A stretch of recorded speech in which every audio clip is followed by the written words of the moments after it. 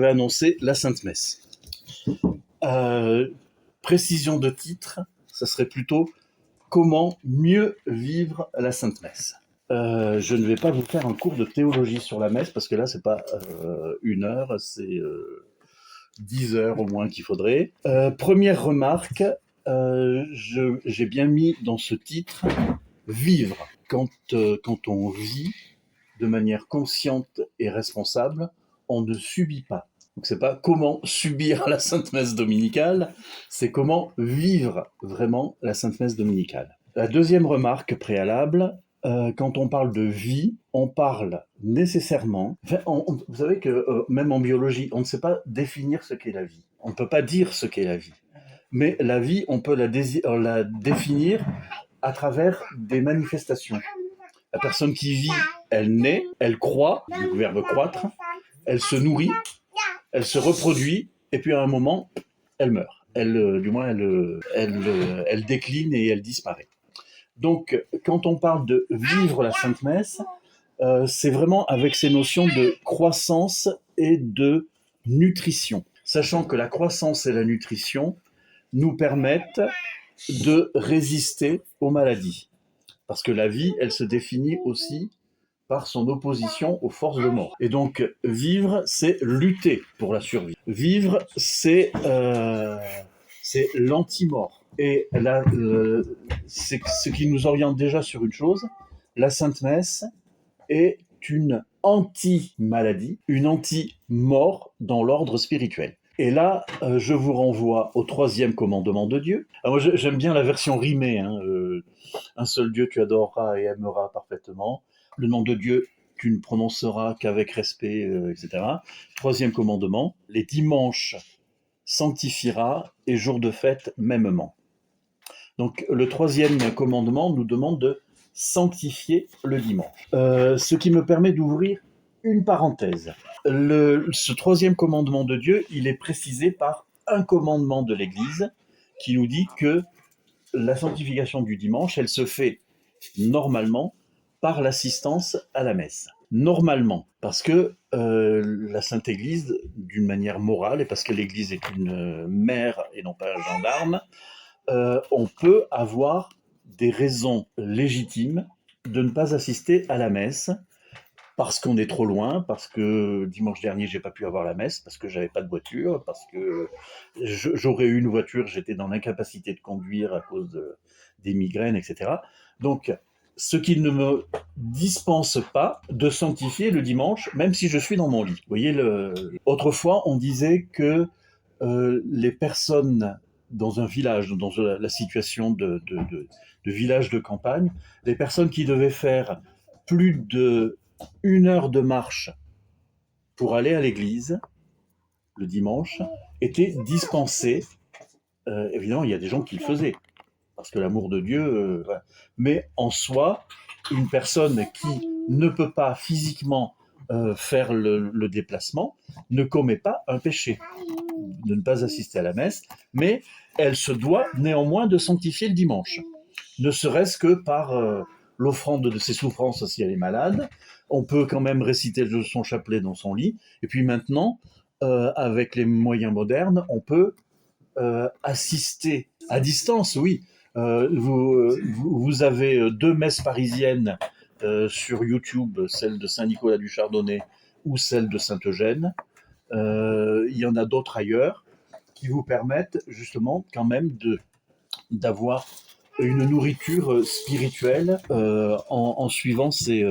Bon, alors, on doit sanctifier les dimanches et fêtes de préceptes. Les fêtes de préceptes sont des fêtes tombent en semaine, mais qui normalement en pays de chrétienté sont des jours fériés, des jours chômés. En France, il n'y en a plus que 4. Alors que dans le droit canon, à l'heure actuelle, la loi actuelle de l'Église, comme l'ancien code de droit canon, il y a en réalité 12 fêtes qui peuvent tomber en semaine et qui, si la France était vraiment un pays chrétien, devraient être des jours chômés. Donc en France, les fêtes qui tombent en semaine et qui sont chômées sont, vous le savez, Noël, la Toussaint, l'Ascension et le 15 août. Et les autres fêtes de préceptes qui sont empêchées en France d'être célébrées en semaine, comme la fête Dieu par exemple, le 29 juin, la fête des Saint-Pierre et Saint-Paul, sont ce qu'on appelle solennisées, reportées au dimanche suivant. L'épiphanie, en Italie, l'épiphanie est toujours fériée. Ben, en revanche, par exemple, le jeudi de l'Ascension n'est pas férié en Italie. Donc la fête est solennisée le dimanche suivant. Soit dit en passant, il y avait une cinquantaine, en plus des dimanches, une cinquantaine de fêtes chômées avant la Révolution en France, en plus des dimanches. La troisième remarque, mieux vivre la Sainte Messe, on n'arrête jamais de mieux vivre la Sainte Messe. La personne qui se dirait « Ah ben maintenant, je suis arrivé à un degré de compréhension et de ferveur qui me permettent de me reposer sur mes lauriers », alors là, vite à confesse, hein, parce que là, ça s'appelle un péché de présomption. On n'en finit jamais. Et c'est ça qui est quand même qui est absolument remarquable, c'est que dans le domaine spirituel, plus on avance et plus on découvre. Et dans tout ce qui est spirituel, c'est de cet ordre-là. Si vous connaissez le vieux film en noir et blanc qui s'appelle Monsieur Vincent. Alors là, cette scène, rien qu'à d'y penser, me donne une fuite aux yeux à chaque fois. Vous avez le vieux Saint Vincent de Paul qui est tout près de mourir et qui est appelé au Louvre auprès de la reine Anne d'Autriche. Et cette scène est absolument prodigieuse. La reine, qui a vieilli elle aussi, dit à Monsieur Vincent, j'ai eu tellement de responsabilités, je sais que je vais bientôt comparaître devant Dieu, je crois que je l'ai servi autant que possible, mais je tremble à l'idée de paraître devant Dieu. Et Saint Vincent de Paul fait une réflexion du genre, mais moi aussi, je tremble de paraître devant Dieu. Et alors la reine lui dit, mais enfin, et elle lui cite un petit peu toutes les bonnes œuvres qu'il a faites. Et elle lui dit, que vous reprochez-vous de ne pas avoir fait? Et Saint Vincent de Paul lui répond, davantage, madame, davantage.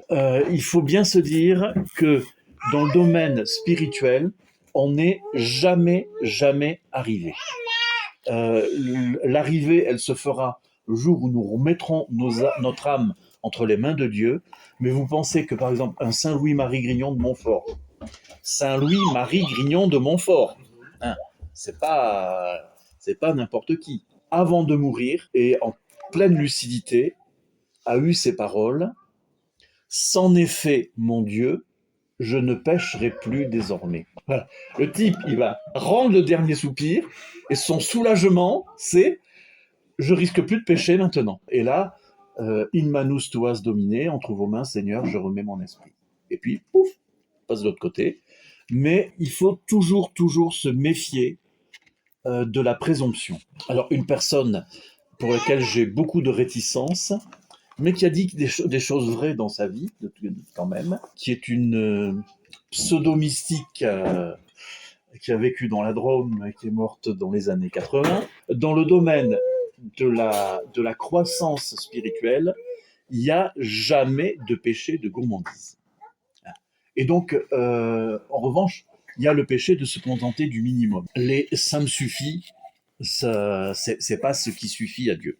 Donc ça, c'était la troisième remarque. Et la quatrième remarque préliminaire, évidemment, je vous parle de la messe traditionnelle. Là, alors, petite réflexion pour que mes propos ne soient pas équivoques. La messe dite de Paul VI, et que j'appelle personnellement, je préfère dire messe réformée, si vous voulez avoir quelque chose de vraiment objectif, scientifique, théologique pour étudier, ça reste de toute façon ce qu'on appelle le bref examen critique des cardinaux Ottaviani et Biacci. Ce qui est, dès 1969, quand Paul VI a promulgué le missel, ils ont respectueusement, ces deux cardinaux, avec d'autres théologiens, mais en fait, ils étaient un petit peu les têtes de file, soumis les objections qu'il y avait contre son nouveau rite de la messe, avec en particulier cette réflexion,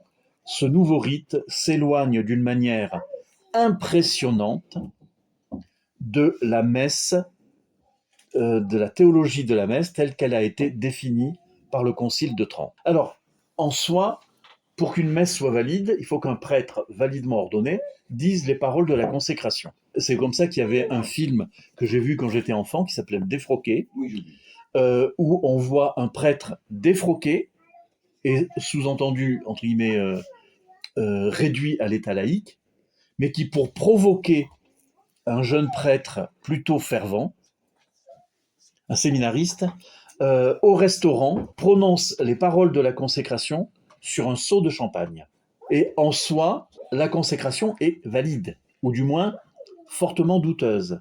Et ce séminariste doit boire tout ce seau de champagne qui a été consacré. Mais un prêtre qui ne dirait que les paroles de la consécration en voulant consacrer sur du pain et du vin, consacre validement, même si ce prêtre est suspens ou excommunié ou défroqué, parce qu'il reste prêtre pour l'éternité. Donc en soi, c'est ça qui fait la validité de la messe. Le problème de la messe réformée, c'est qu'elle a été intentionnellement voulue comme un rite équivoque. Si vous lisez le journal de Jean Guiton allait visiter le pape Paul VI une fois par an. Et ils avaient un entretien, et Jean Guiton a publié le récit de ses entretiens avec Paul VI. Et Paul VI lui a affirmé de manière catégorique qu'il avait voulu un rite de la messe qui puisse être accepté, voire célébré par les protestants, sans exiger des protestants qu'ils adhérassent à la doctrine catholique du Concile de Trente. Donc ça signifie que ce rite est intentionnellement équivoque, ambigu. Alors un prêtre peut très bien célébrer la nouvelle messe de manière valide et tout à fait fervente et sainte, mais le problème c'est que c'est un rite qui favorise la perte de la foi et l'hérésie. Et il n'y a qu'à voir la débandade de l'Église de France depuis l'arrivée de cette nouvelle messe. Il n'y a pas d'autre mot. La messe traditionnelle catholique était un rempart contre l'hérésie. La messe de Paul VI n'est plus un rempart contre l'hérésie. Et vous avez régulièrement des sondages de cet ignoble torchon qui s'appelle encore la Croix, mais qui a fait virer la Croix depuis belle lurette. Et il faut bien s'imaginer qu'il y a 100 ans, le journal La Croix, c'était un journal anti-Dreyfusard, etc. Enfin, mais comme le pèlerin. Exactement, voilà. C'était les assomptionnistes qui étaient responsables de ce qu'on appelait les éditions de la bonne presse. Et bref, bon, le jour où la Croix a enlevé la Croix, mon grand-père a résilié son abonnement. En plus, il y avait la Croix, il y avait marqué Adveniat Regnum Tuum. Il faut bien se dire, la question de la messe traditionnelle n'est surtout pas une question de sensibilité. Alors c'est sûr que c'est plus beau. Quand on a un peu de jugeote, c'est quand même plus beau de chanter le Kyrie allé que de chanter Jésus revient parmi les siens. C'est une question de foi. C'est même pas une question de latin. Et ça, Monseigneur Lefebvre avait dit, nous préférerions dire la messe de Saint Pie V en français plutôt que la messe de Paul VI en latin. Parce que c'est une question de foi. Et en même temps, on peut, malgré tout, parce que le bon Dieu est miséricordieux, assister à de bonnes et belles messes de Paul VI, je n'en disconviens pas.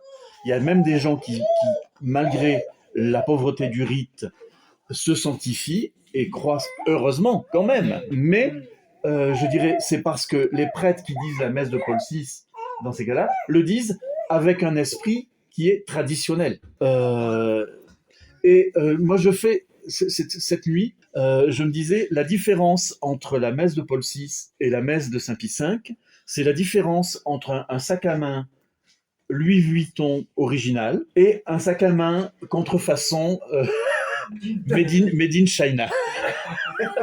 C'est-à-dire qu'en fait, chaque fois, c'est un sac à main, c'est-à-dire que vous pouvez y mettre des trucs dedans, il est cousu, il est fermé, etc.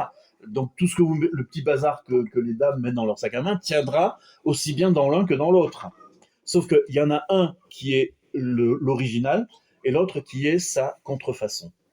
Et je pense qu'il y a une sorte de contrefaçon dans la messe de Paul VI. C'était les 4 remarques préliminaires. Que faisons-nous à la messe? Ça, c'est la première partie. Que faisons-nous à la messe? Alors pendant des années et des années, quand j'étais jeune religieux, quand notre supérieur donnait la communion en dehors de la messe, après avoir communié la personne, il retournait au maître-autel, au tabernacle, en disant à haute voix « O sacrum convivium in quo Christus sumitur, recollitur memoria passionis eius, mens impletur gratia, et future gloriae nobis pignus datur ». Vous avez tous compris, n'est-ce pas? C'est une phrase de saint Thomas d'Aquin qui se trouve dans l'office de la fête du Saint-Sacrement. Et la traduction est la suivante. « Au banquet sacré dans lequel le Christ est reçu », sous-entendu en nourriture, mais dans lequel le Christ est reçu, où est rappelé, célébré, le mémorial de sa passion, où l'esprit est rempli par la grâce et où nous est donné le gage de la gloire future. Voilà, la messe, en fait, c'est ça. Un banquet sacré où le Christ est reçu en nourriture, où est rappelé, où est célébré le mémorial de sa passion, évidemment en rapport avec les phrases mêmes de notre Seigneur le Jeudi Saint. Lorsque vous ferez ceci, vous le ferez en mémoire de moi, sachant que le mot mémoire en hébreu, en araméen et en grec a un sens beaucoup plus fort que j'ai un trou de mémoire, je me souviens. Faire mémoire, c'est célébrer de manière à actualiser. Voilà, c'est ça. Donc, où est célébré, rappelé le mémorial de sa passion, où l'esprit est rempli par la grâce et où nous est donné le gage de la vie future. Ce qui se passe à la messe, c'est ce que nous ferons pendant toute l'éternité. C'est-à-dire adorer, aimer Dieu, le louer, être dans son bonheur, etc. Quand on me dit, la seule circonstance à peu près où je vais aux messes de Paul VI, c'est pour les enterrements. Et en fait, on se rend compte que, ben voilà, vous aviez des gens qui ne mettaient pas les pieds à l'église, mais alors on va faire un éloge dithyrambique, quasi une canonisation, effectivement, où on va nous dire, sur le seuil de sa maison, notre Père t'attend, et les bras de Dieu s'ouvriront pour toi, gna gna gna. Et alors, et vous vous dites, bon sang, mais ces gens-là, après, je ne présume pas de leur salut éternel, ça c'est, voilà. Mais vous vous dites, objectivement, ce type-là, ou cette femme-là, elle n'était même pas capable de prendre 1 heure ou 1 heure et demie dans la semaine pour aller adorer, louer Dieu. Mais pourquoi irait-elle au ciel où on ne fait qu'adorer et louer Dieu? Les gens qui, entre guillemets, s'emmerdent pendant 1 heure et demie à la messe, le bon Dieu va leur dire, mais écoute, comme dans la parabole des vierges folles, je ne vous connais pas. Vous ne vouliez pas m'adorer et me louer au moins 1 heure et demie dans la semaine, mais pendant toute l'éternité, vous allez vous ennuyer à 100 sous de l'heure. Aller jouer au golf avec Satan. Non, mais c'est... mais en fait, on revendique pour des gens qui ne pensaient pas à Dieu, le fait qu'ils soient près du bon Dieu, alors qu'ils n'étaient pas fichus de passer quelques minutes par jour ou 1 heure le dimanche avec lui. Il faut être un peu cohérent et un peu logique. Et en même temps, je crois à l'infinie miséricorde de Dieu et que Dieu, au dernier moment, dans l'âme, peut se révéler et que cette âme peut demander pardon, etc. Ça, je n'en présume pas. Mais voilà, à la messe, nous est donné le gage de la vie future. Mais quand on dit gage, c'est vous donner quelque chose, je dirais, vous verser des arts en quelque sorte sur le loyer. Vous voyez ce que je veux dire? Et puis, il y a une autre chose. Est-ce que vous faites attention aux paroles du canon? Après la consécration, quand le prêtre a élevé et reposé le calice, il enchaîne, alors évidemment on n'entend pas, Unde et memores. C'est pourquoi, en mémoire, Seigneur, de la bienheureuse passion du Christ, votre Fils, notre Seigneur, je prends la traduction qui est là, de sa résurrection du séjour des morts et de son ascension dans la gloire des cieux. En fait, à la messe, il faut bien comprendre que c'est la totalité du mystère pascal qui est célébré. C'est la scène, le calvaire, mais aussi le tombeau vide de Pâques et l'ascension de Jésus dans les cieux. C'est la totalité de ce mystère. À la scène, le Christ s'est déjà offert sacramentellement à son Père. Et il a offert avec, pas tout à fait 24 heures, mais presque une journée d'avance, ce qui va se réaliser le lendemain après-midi sur le calvaire. Mais pas seulement. Évidemment, c'est la passion par laquelle nous sommes rachetés. Mais la passion, elle ne s'achève pas le vendredi saint à la mise au tombeau. Elle se continue par la résurrection. Sinon, on est des désespérés complètement. Donc, il faut bien se dire que c'est la totalité du mystère pascal à laquelle nous assistons de manière invisible, de manière mystique. C'est pour ça que l'autel, s'il n'est pas en... Enfin, on fait une confusion souvent. L'autel, c'est une pierre consacrée. Point. C'est une grande table qui est fixée au sol par des piliers en pierre ou par un bâti en pierre. Et dans ce cas-là, c'est toute la table qui est consacrée. Et si le meuble que nous appelons autel n'est pas en pierre et fixé au sol par de la pierre scellée, c'est une pierre carrée qu'on appelle un autel portatif, parce que justement, on peut le transporter. Et qu'on appelle aussi pierre sacrée, pierre d'autel. Mais c'est en pierre, sauf dans le nouveau rituel où ils consacrent des trucs invraisemblables. On a des espèces de dolmens où on a des plaques en verre.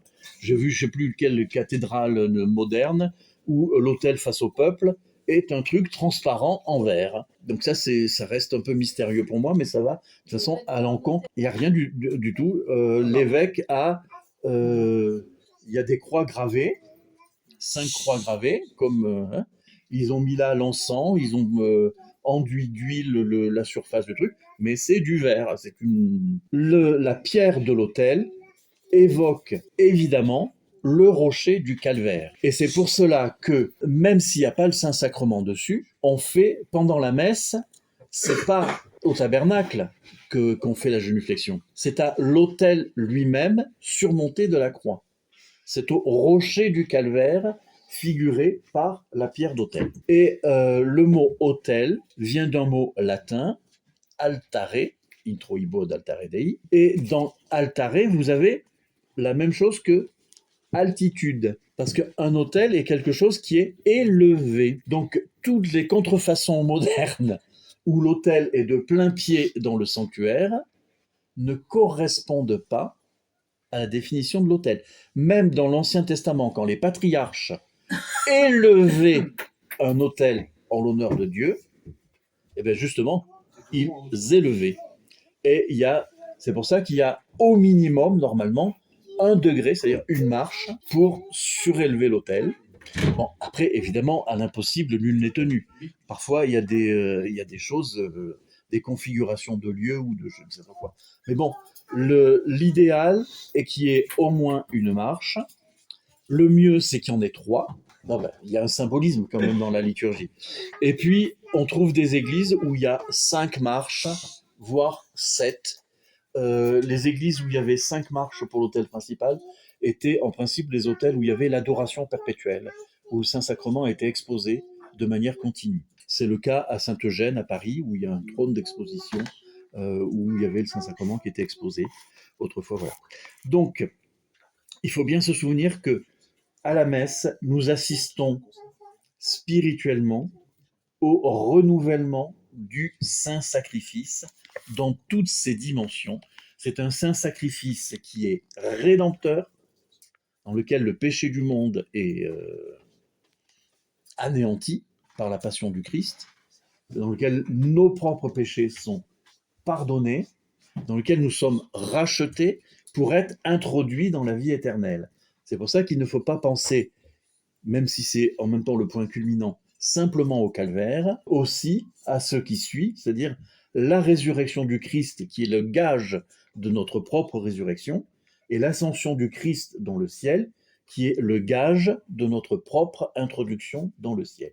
Et c'est pour ça qu'il n'y a rien de plus grand que la messe. Et alors, moi je me dis, vous imaginez le truc, c'est que par exemple, le pape ne célèbre la messe que une fois tous les 25 ans pour les jubilés, dans un seul point du monde, par exemple sur le Golgotha, etc. Là, vous auriez tous les journalistes du monde entier qui seraient là. Et le maximum de personnes viendraient pour assister à cet événement exceptionnel. S'il n'y avait qu'une messe tous les 25 ans, célébrée par le pape à Jérusalem, je dirais qu'il y aurait un caractère exceptionnel, mais ça ne changerait rien à ce qu'est la messe en elle-même. Or, cette même réalité, on l'a tous les jours et au minimum tous les dimanches. Et là, les journalistes et tous les gens en quête de sensationnel, on les voit pas. Et pourtant, c'est ce qu'il y a de plus grand, de plus extraordinaire dans le monde entier. Et je passe à ma deuxième partie, l'attitude extérieure quand on est à la messe. Et je commence volontairement par l'attitude extérieure. Traditionnellement, dans les sacristies, on a des panneaux « silence ».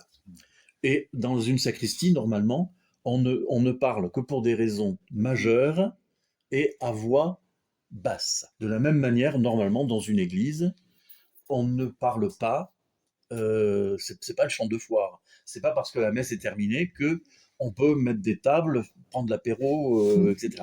Non, mais parce que ça, on l'a vu, hein, on l'a vu. Et la communauté Sant'Egidio à Rome, dont le fondateur, comment il s'appelle, Andrea Riccardi, pour moi, est un des avatars de l'Antéchrist. Je sais ce que je dis. J'ai lu, je me suis astreint à lire les livres d'Andrea Riccardi, qui a été sous Jipitou le doublon de la secrétairie d'État. Les rassemblements d'assises, c'est ça.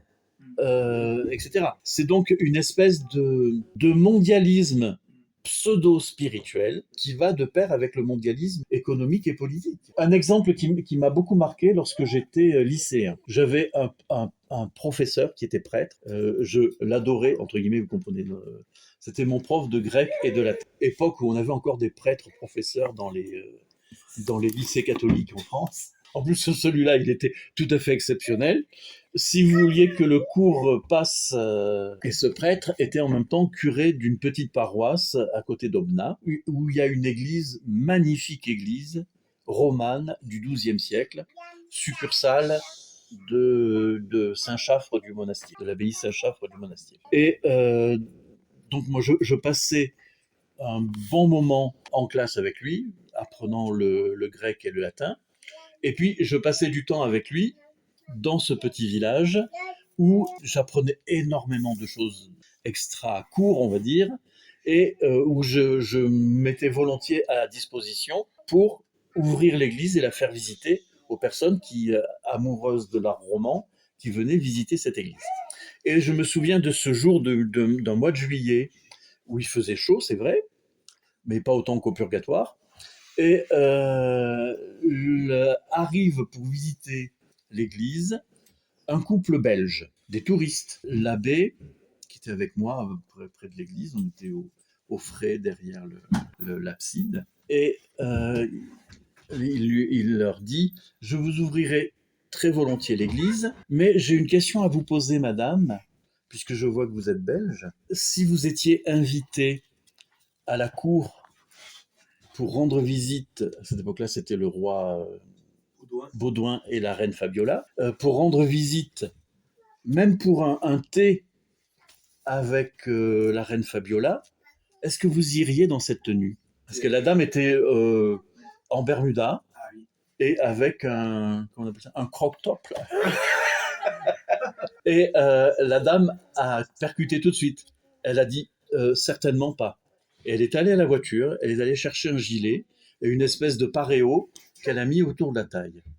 Et ça s'est très très bien passé. Et j'ai beaucoup aimé la façon dont ce prêtre avait donné cette leçon à la dame, Parce que oui, il a ajouté, parce que l'église que je veux bien vous ouvrir, il y a à l'intérieur quelqu'un qui est bien plus grand que la reine Fabiola. Et donc, il faut penser à ça.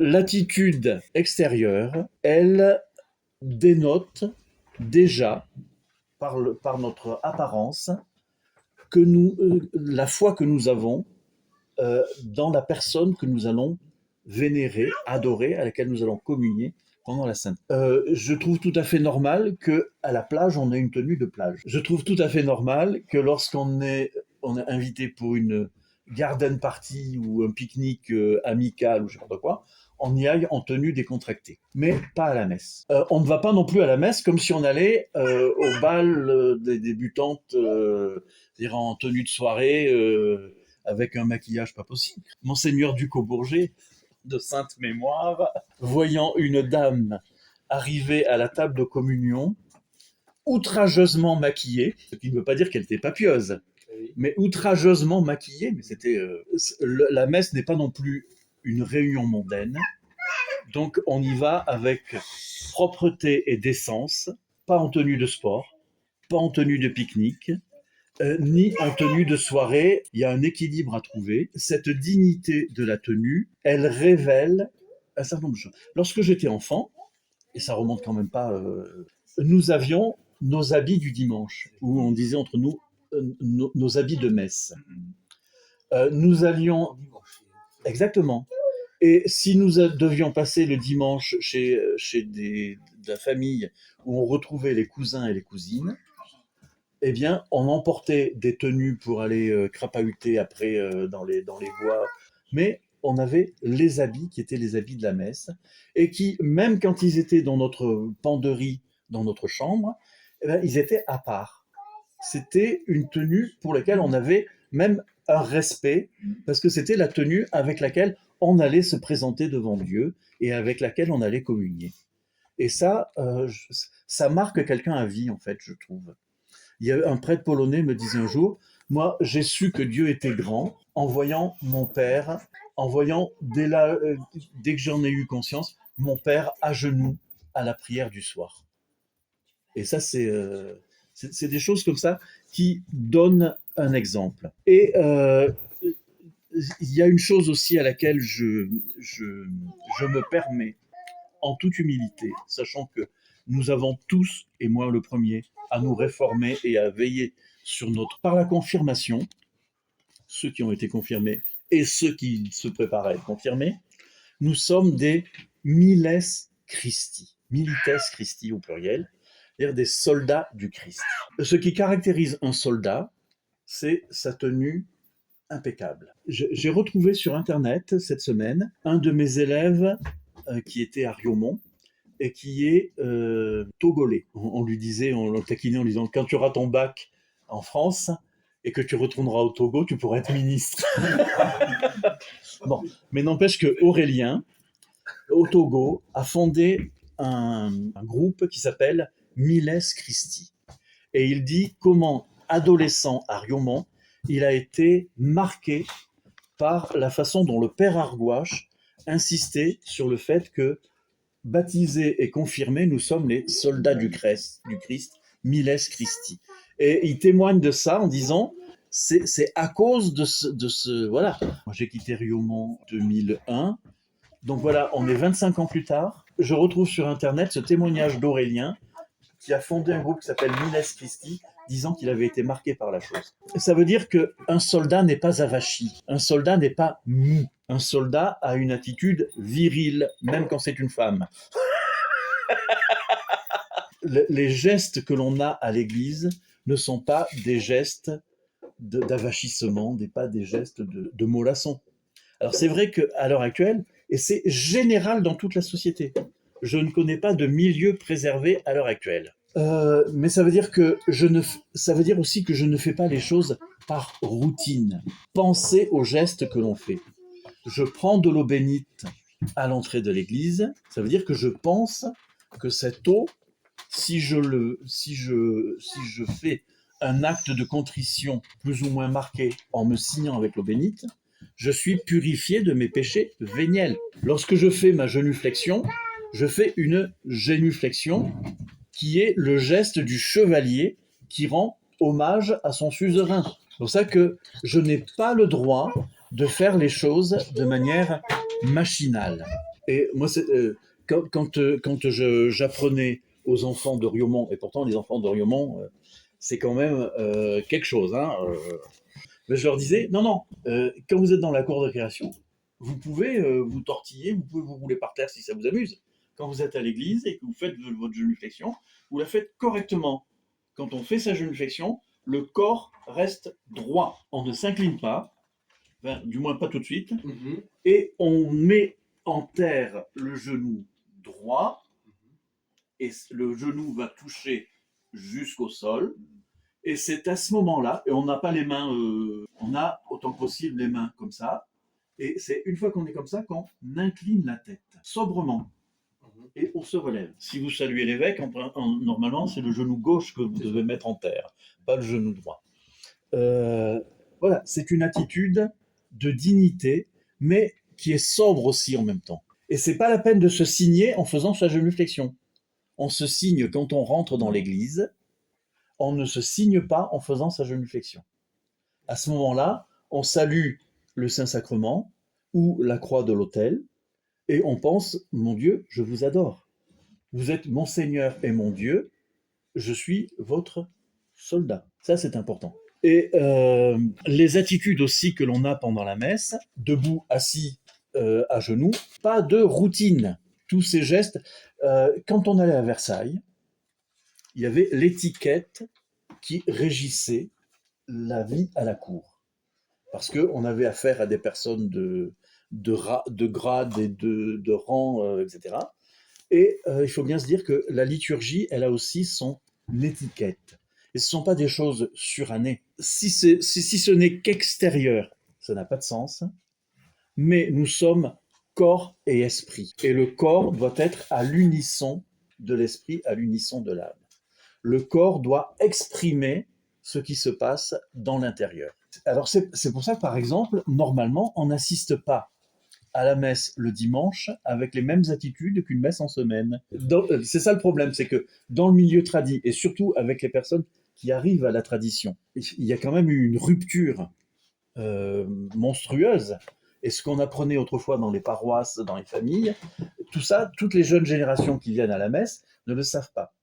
Et par exemple, savez-vous que le premier concile de l'Église, dont on a fêté le 17e centenaire cette année, concile de Nicée, le dernier des canons, c'est-à-dire des règles énoncées dans la liste de règles qui concernent la foi, l'enseignement, etc., le concile de Nicée, le dernier canon dit, parce que c'est une règle universelle, sous-entendu depuis les apôtres, parce que comme dit saint Augustin, ce qui est pratiqué dans toutes les églises et dont on n'a pas la connaissance du moment où ça a été institué, doit être tenu pour avoir été transmis par les apôtres eux-mêmes. Parmi les choses qui sont donc rappelées par le concile de Nicée, non pas je dirais, légiférer à ce moment-là, mais rappeler que c'est l'usage qui vient des apôtres, on ne se met pas à genoux le dimanche, sauf pour la consécration. Et c'est pour ça que regardez-moi. À la messe le dimanche, je suis à genoux pour la consécration, je suis à genoux pour le confiteor avant la communion, etc. Mais pendant le canon, je ne m'agenouille qu'au moment de la consécration. On ne s'agenouille pas le dimanche et pendant le temps pascal. Pourquoi ? Parce que le temps pascal, c'est le dimanche, c'est la résurrection du Christ. Et que notre attitude debout exprime l'attitude de la résurrection. Alors, par exemple, le servant de messe qui est au pied de l'autel, lui, il reste à genoux. En revanche, les messes de pénitence en carême, en avant, aux messes de défunts, aux messes qui ont un caractère pénitentiel, quand on fait une messe pour demander la paix, pour demander la pluie, aux oraisons, on se met à genoux. C'est tout un ensemble de choses qui sont réglées.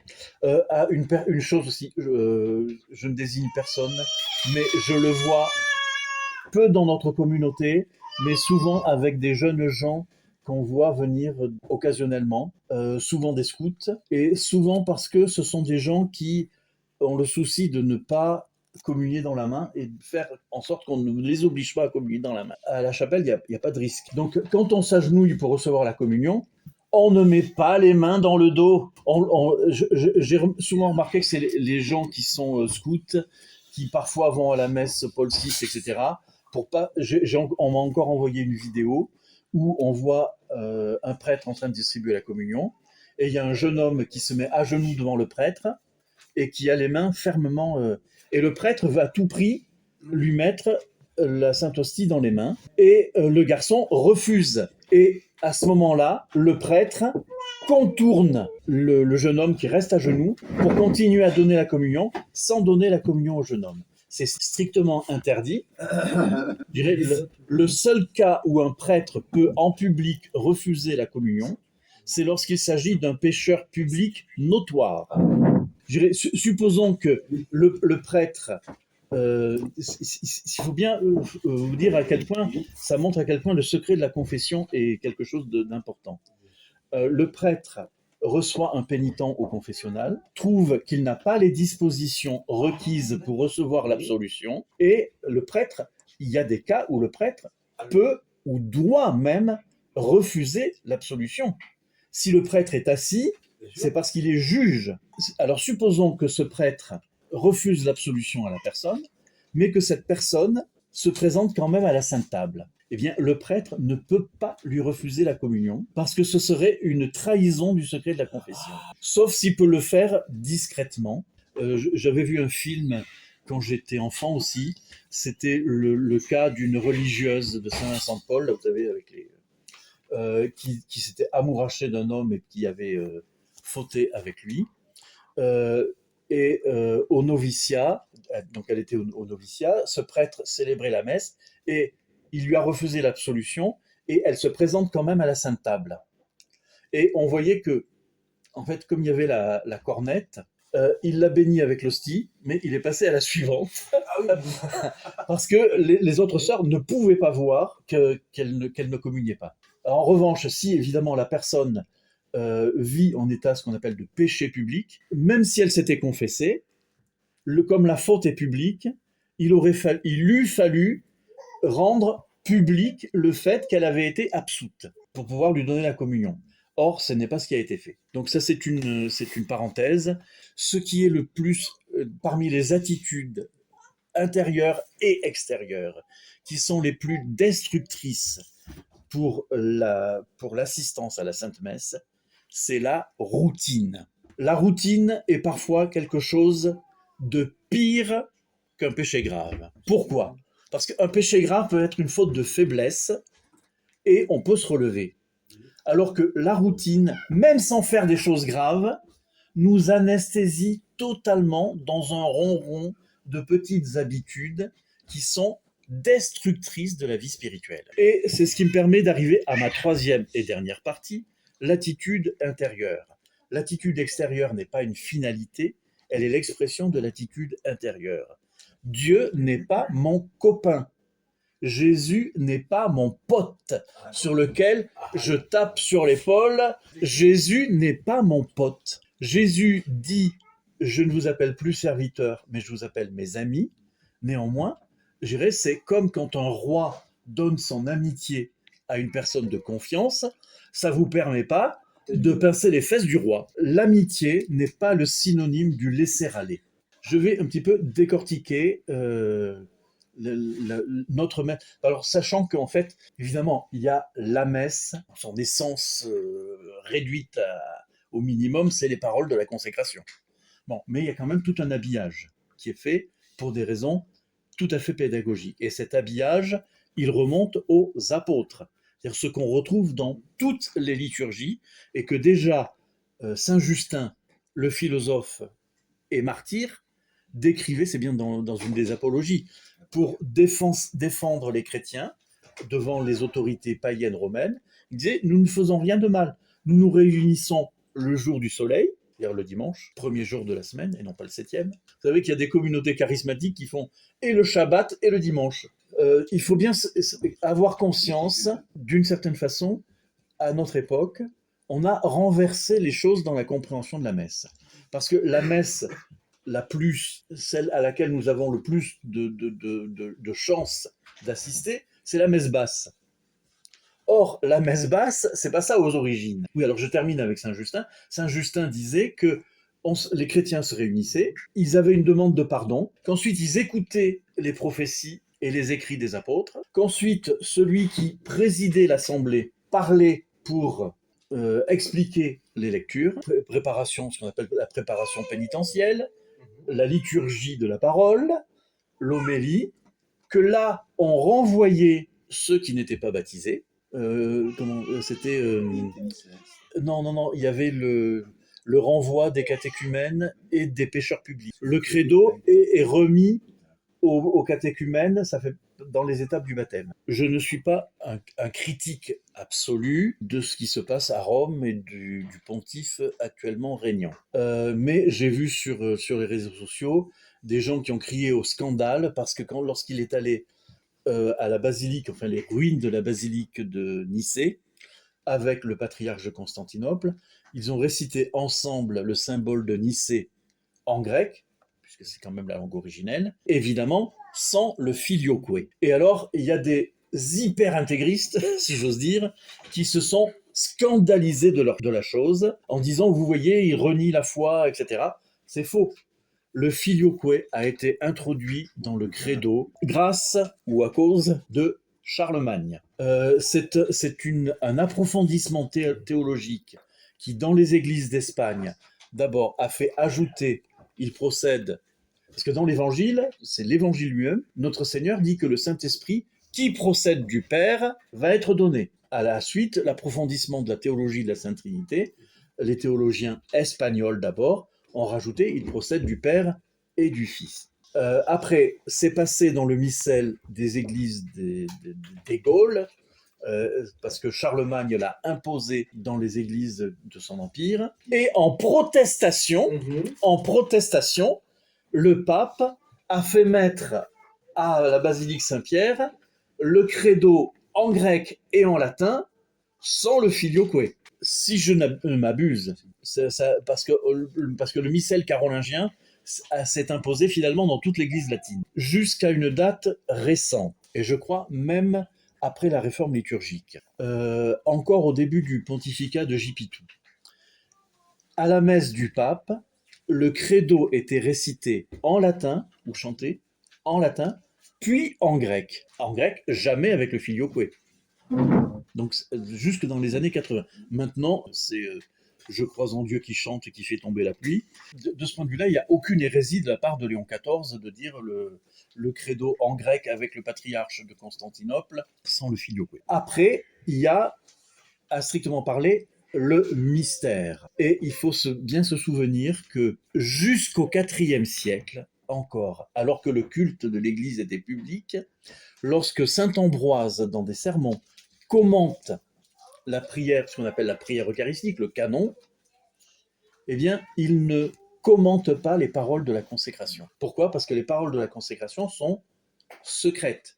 Il y avait le secret, ce qu'on appelait l'arcane, qui présidait comme dit notre Seigneur à la cananéenne, il y a des choses qu'on ne doit pas jeter aux chiens. Et saint Thomas d'Aquin le reprend dans la séquence du Saint-Sacrement, non mitendum canibus. On ne doit pas jeter des perles devant les cochons, on ne doit pas jeter aux chiens la doctrine catholique en révélant ce qu'il y a de plus saint. C'est la raison aussi pour laquelle, ce qu'on a complètement oublié, c'est que même dans la liturgie latine, pas partout, mais en particulier dans les églises des Gaules, il y avait, comme dans la liturgie arménienne, un voile qui était tendu devant l'autel, où il y avait ce qu'on appelait le jubé, qui était comparable à l'iconostase chez les Grecs. Lorsque j'étais à Paris, j'aimais beaucoup assister, en plus de la messe dominicale, j'aimais beaucoup aller dans des églises catholiques de rite oriental. Parce qu'on avait justement, ce sont des églises catholiques. En plus, comme ils sont peu nombreux, ce sont souvent des communautés très soudées, très ferventes. Et après la messe, il y a toujours exactement ce qui existait dans la primitive église, c'est-à-dire les agapes fraternelles. C'est-à-dire dans un local attenant à l'église, il y a un repas à strictement parler. Alors les Arméniens amènent leur spécialité arménienne. Donc à Paris, j'assistais parfois à la messe en rite melkite, à Saint-Julien-le-Pauvre. Rite melkite, c'est-à-dire la liturgie byzantine en arabe, en langue arabe, à 2 pas de Notre-Dame de Paris. La liturgie arménienne, rue d'Ulm, chez les Maronites. La liturgie syriaque. Alors la liturgie, il y a une petite communauté syriaque qui a une magnifique, très très ancienne. Et là, c'est vraiment émouvant parce que le prêtre chante le Notre Père et même chante les paroles de la consécration en araméen, c'est-à-dire vraisemblablement dans la langue même que notre Seigneur les a prononcés. La liturgie arménienne, que j'aime beaucoup, elle ressemble beaucoup à ce qu'on appelle le rite parisien du XIIIe siècle, qui a donné le rite dominicain, le rite carme ancien, et même certaines choses qu'on a dans le missel propre des Augustins. Ça remonte, voilà. Et donc, par exemple, la préparation du calice avec les dons se fait au début de la messe. Ce qui se fait au début de l'offertoire, on l'a au début de la messe, et puis après, le prêtre recouvre à nouveau le calice. Et dans le rite dominicain, et dans le rite carme ancien, c'est-à-dire les grands carmes, pas les carmes réformés de Sainte-Thérèse dans le rite romain, et les chartreux également, ce qui est aussi un rite parisien hérité du XIIIe siècle, le prêtre, après la consécration, a les bras étendus en croix pour les premières prières après la consécration. C'est assez impressionnant. Ça donne aussi, l'Église a toujours déconseillé le vagabondage liturgique. C'est-à-dire quand on est dans une communauté, on reste dans sa communauté, on ne papillonne pas, sauf des raisons de voyage, etc. Mais moi, en même temps, j'allais à la messe dans ma paroisse de rattachement, mais comme parfois les heures étaient décalées, j'aimais bien aussi assister à ces rites qui sont des rites catholiques orientaux et qui ont des parties de la liturgie qui remontent vraiment jusqu'au IVe siècle. Et ça vous donne je dirais vraiment une ouverture sur la totalité de la chrétienté, la totalité de la catholicité. Normalement, à l'aspersion de l'eau bénite, on est debout. On s'incline. Quand on s'incline, on n'incline pas le haut du corps, c'est juste la tête qui s'incline. Sauf si, par exemple, on incline la tête de manière respectueuse quand on prononce le nom de Jésus.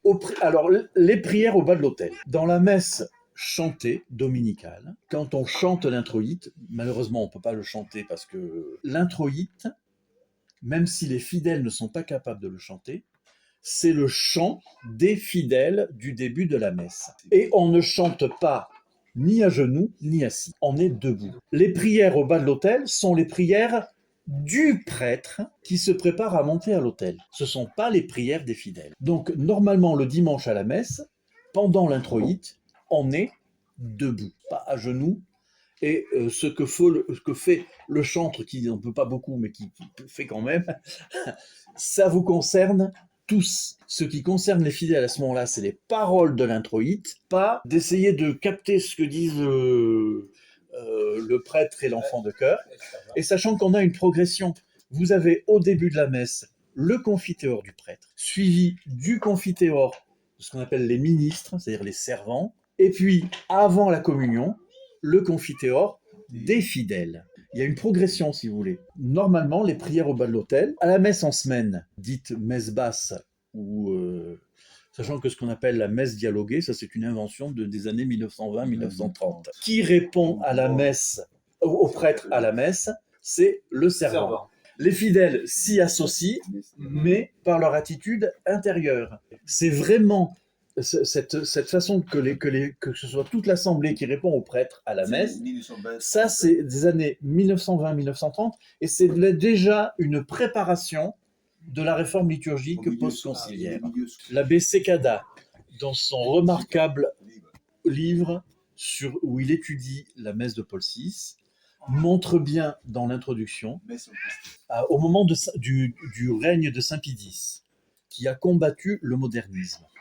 Beaucoup de prêtres auxquels on a refusé l'enseignement de la théologie parce qu'ils avaient des tendances modernistes On les a recyclés en professeurs de liturgie. Pourquoi est-ce que le pater est le chant du prêtre?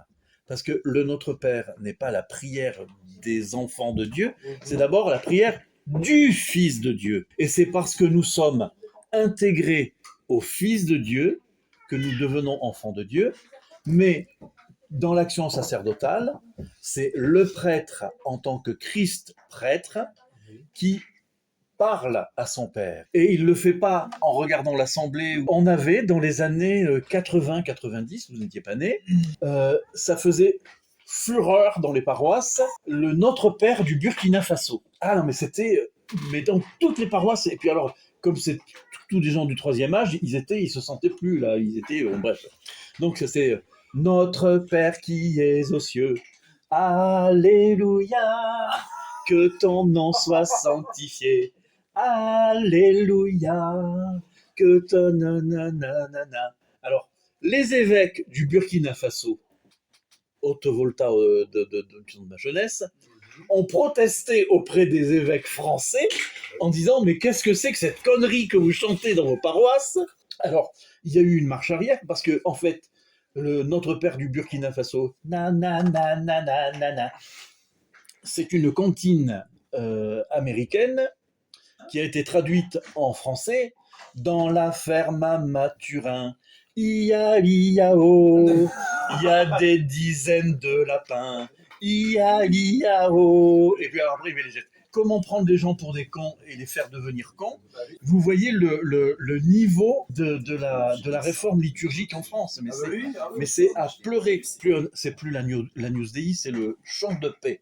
Chant de agneau de Dieu qui prend nos péchés, agneau de Dieu qui prend. Alors ça c'est le soliste. Et puis toutes les mémés, agneau de Dieu qui prend.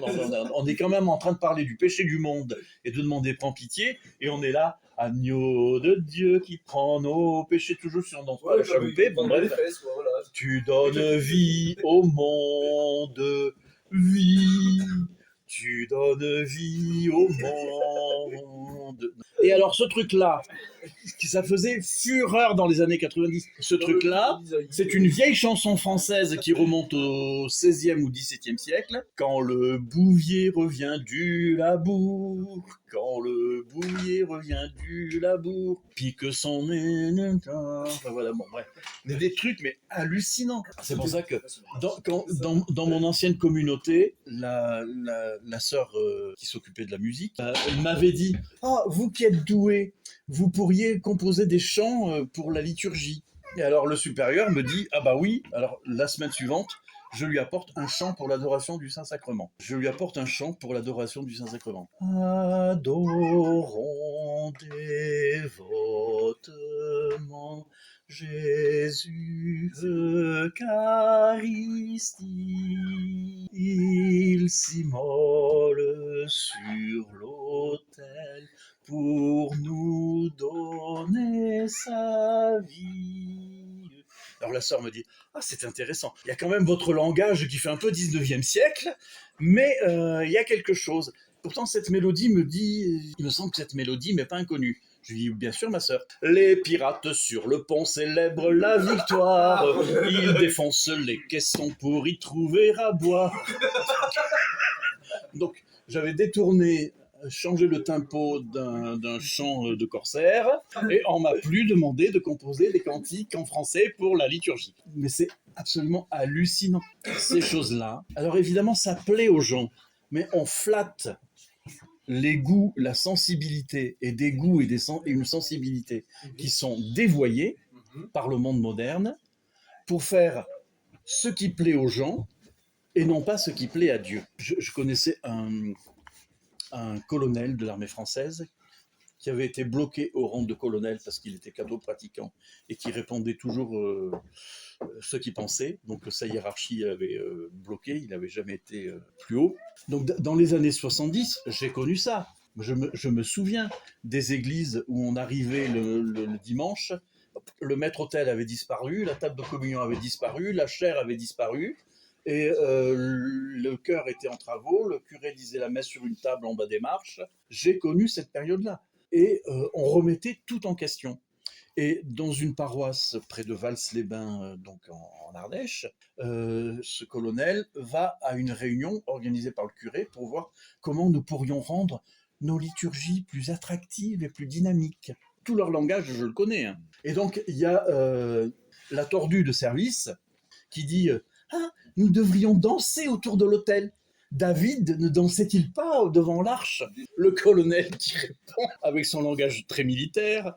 Dans ce cas-là, madame, faites tout comme le roi David, lui il était à poil. Il y a eu... Et on n'a plus parlé de danser à la messe. La liturgie, nous la recevons de Dieu et nous la recevons par la tradition. La tradition, c'est ce qui nous est transmis. La tradition, c'est ni plus ni moins que l'enseignement de notre Seigneur donné à ses apôtres et donné par les apôtres à l'Église. Alors certes, il y a des développements, il y a des approfondissements. Je dirais, la tradition, c'est comme le gland et le chêne. Si vous faites l'analyse ADN des cellules du gland, vous trouverez tout ce qu'il y a dans le chêne quand il a 300 ans. C'est ça. Alors que la nouvelle liturgie a marqué vraiment une rupture de la tradition. On a fait une thérapie génique. On a infusé des gènes d'autres choses dans la graine, dans le gland, etc. Donc, le souci de la tradition n'est pas un souci de conservatoire. Mon cher maître Gustave Thibon disait la tradition n'est pas la conservation des cendres, elle est la transmission de la flamme. Il y aurait encore beaucoup de choses à dire. La participation à la messe, la participation active, participatio actuosa, comme dit le Concile Vatican II. N'oubliez pas que quand même, par obéissance, j'ai dû pendant 8 ans enseigner les textes du Concile Vatican II. Donc je les connais. Je ne parle pas de choses que je ne connais pas. Donc quand le Concile Vatican II, dans la Constitution sur la liturgie, nous parle de la participation active des fidèles. Il ne s'agit pas de gesticuler, il ne s'agit pas de faire des trucs, il s'agit d'être en profondeur, et d'être en profondeur dans l'actualité du mystère qui nous est donné, qui nous est transmis. La devise de Monseigneur Lefebvre, Tradidi quod accepi, j'ai transmis ce que j'ai reçu, c'est tiré de Saint Paul. Nous ne sommes pas là pour innover. Mais oui, mais la messe, c'est toujours la même chose. Dieu merci, c'est toujours la même chose. Heureusement. Mais non, mais dans la nouvelle église et les nouvelles paroisses, il s'agit de faire du nouveau tous les dimanches. C'est pas ça le problème. La liturgie, on peut lui appliquer ce qui est dit, ce que notre Seigneur dit du scribe avisé, qui tire de son trésor de l'ancien et du nouveau. Mais le nouveau n'est que la compréhension renouvelée et approfondie de ce qui nous a été donné et qui est un dépôt sacré auquel nous n'avons pas le droit de toucher. Alors, pour conclure, monsieur le libraire, j'ai reçu de Jean-Pierre Maugendre, donc, qui est le président de Renaissance catholique, ce livre qui ça coûte 10 balles, c'est à peine 100 pages. Donc ça s'appelle « Les 7 sacrements d'hier à aujourd'hui », bref examen critique des nouveaux rituels. L'abbé Claude Barthes est un intellectuel très très intéressant et il a le don de d'écrire des petits ouvrages qui sont percutants tout en étant très denses, et il donne bien un aperçu de ce que la réforme liturgique, qui n'a pas touché simplement à la messe, mais qui a touché à tous les sacrements. Bon, par exemple, dans le sacrement du baptême, elle a modifié profondément les rites qui entourent le baptême lui-même, mais la phrase avec laquelle on baptise n'a pas été touchée. En revanche, pour la confirmation, la phrase sacramentelle dans laquelle réside a été modifiée. C'est quand même un problème. Et puis, il y a d'autres choses comme ça. Un prêtre qui a reçu la mission de curé, la mission curiale, il est responsable, comptable devant Dieu, du salut des âmes de tout le territoire qui lui a été confié. Et pas simplement des catholiques pratiquants, mais même des païens, des francs-maçons, des musulmans, etc. Il est responsable devant Dieu de leur salut.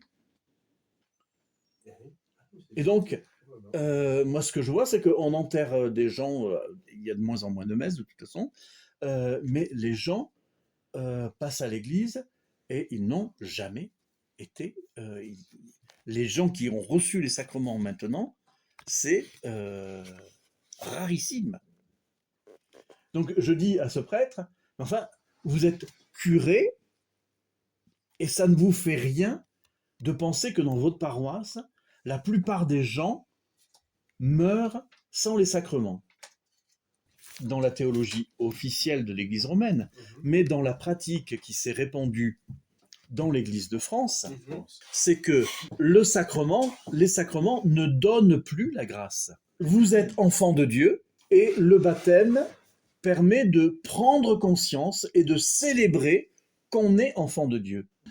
La confirmation n'apporte pas un caractère à l'âme qui complète le baptême, parce qu'une âme de baptisé qui n'est pas confirmée est une âme qui, surnaturellement, est en quelque sorte incomplète. Le bonheur éternel d'une âme au paradis, de quelqu'un qui est simplement baptisé, ou de celui qui est baptisé et confirmé, est différent. Il y a une plénitude différente. C'est pas qu'il y en a un qui ne sera pas heureux, mais c'est une question de... vous savez, la comparaison que la sœur de Sainte Thérèse lui a donnée. Les âmes ont diverses capacités.